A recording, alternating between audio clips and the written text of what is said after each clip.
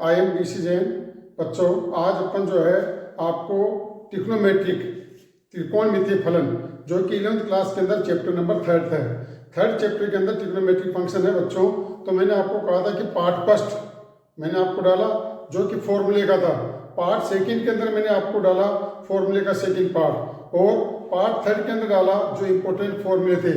All India के अंदर कोई सा भी सवाल आए, हर सवाल का जवाब उन फॉर्मूले में आपको मिलेगा।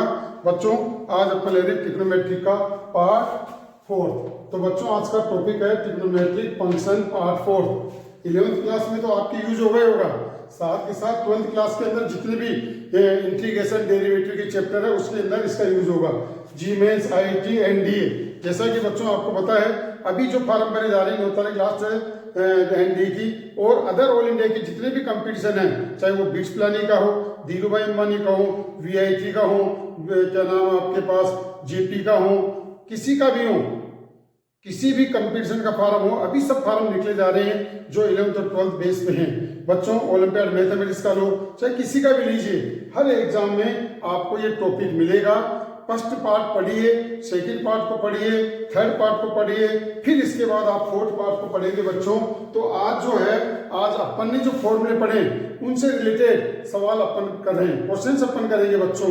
ये मेथड जो है आपको किसी बुक में नहीं मिलेगा, अलग मेथड है बच्चों। तो ये शॉर्टकट मेथड है जो आप 11th में भी यूज कर सकते हैं और आने वाले कंपटीशन में भी आप डायरेक्ट यूज कर सकते हैं। जिस क्वेश्चन में आपको 2 मिनट लगेगा, ये 1 मिनट के अंदर नहीं, आपके पास 5 सेकंड के अंदर आपका आंसर होगा। बट थ्योरी के अंदर तो आपको लिखना पड़ता है और कंपटीशन के अंदर 1 सेकंड के अंदर आंसर दे सकते हैं। ये मेरा वादा है, अगर आप प्रैक्टिस करते हैं तो डेफिनेट आपको बहुत बेस्ट रिजल्ट आपको मिलेगा। तो देखिए बच्चों, आज अपने पास क्या है, सोल्व इंपोर्टेंट क्वेश्चंस। कैसे कैसे सवाल आते हैं तो देखिए आप, find value of other 5 trigonometric function. कौन कौन से? इफ sin x बराबर 3/5, देखो बच्चों sin x बराबर क्या है 3/5 ऑफ अदर 5, तो sin x बराबर 3/5 है। x lie in second quadrant, कौन से क्वाड्रेंट में बच्चों? Second quadrant. सेकंड क्वाड्रेंट में आपको मैंने बताया था फर्स्ट पार्ट के अंदर, सेकंड में साइन और कोसेक पॉजिटिव होगा और अदर नेगेटिव होंगे, है ना। तो देखिए बच्चों, sin x बराबर 3/5, तो 3 का मतलब हो गया परपेंडिकुलर, 5 का मतलब होगा हाइपोटेनियस। बेस निकालेंगे बच्चों पहले, तो जो बेस है पाइथागोरस थ्योरम लगाएंगे, 5 का स्क्वायर 25, 3 का स्क्वायर 9, 16, 4 आ गए बच्चों। ठीक है, ये 4 रखा है। अब आपको क्या लिखना है यहाँ पर? थ्योरी में तो लिखना है, और कंपटीशन में आप अपने शॉर्टकट मेथड से डायरेक्ट करिए। जो कैसे? We know sin x cosec x is positive in second quadrant। आपको पता है सेकंड में sin और cosec x पॉजिटिव होगा, बाकी सब नेगेटिव होंगे। सो cos x बराबर क्या हो गया बच्चों? -4/5। tan x का आंसर क्या आ गया बच्चों? -3/4। cosec x बराबर क्या आ गया? 5/3। sec x इक्वल टू क्या आ गया बच्चों? -5/4 and cot x equal to -4/3। देखो डायरेक्टली आ गया। नहीं तो आप बुक के अंदर देखते हैं, या तो कहीं टीचर जो है कंपटीशन की क्लास नहीं लेते हैं और आपको कैसे बताते हैं कि आप पहले फॉर्मूला लगाओ, since we know that sin square x plus cos square x, है ना। इसको लगाने की आपको जरूरत नहीं है, सीधा आप इस फॉर्मूले का यूज करिए। गारंटेड जितने भी बड़े बड़े क्वेश्चन आपको मिलेंगे, आप हर सवाल का जवाब देंगे इसके अंदर बच्चों। तो देखिए पहला सवाल था ये। दूसरा एक और एग्जाम्पल समझा रहा हूँ। इफ tan x बराबर -5/12, x बिलोंग करता है फोर्थ क्वाड्रेंट को। कौन से को? फोर्थ को। आपको पता है फोर्थ क्वाड्रेंट में कौन पॉजिटिव होता है? cos x और sec x पॉजिटिव होता है, बाकी सब नेगेटिव होते हैं। तो देखिए अब, we know that cos x and sec x is positive in fourth quadrant and other negative, तो नेगेटिव होते हैं। अब आपको पता है, आपको क्या दे रखा? 5/12 माइनस का, क्यों फोर्थ क्वाड्रेंट में, तो आपको पता है 5/12 का मतलब है परपेंडिकुलर अपॉन बेस। तो हाइपोटेन्यूज निकालिए पाइथागोरस थ्योरम से। 5 का स्क्वायर 25, 12 का स्क्वायर 144, 169 बराबर 13। तो बच्चों ये 13 आ गया। तो अब इसका मतलब sin x बराबर क्या आंसर आएगा? -5/13। क्यों? क्योंकि फोर्थ क्वाड्रेंट में cos और sec पॉजिटिव होगा, बाकी सब नेगेटिव होगा।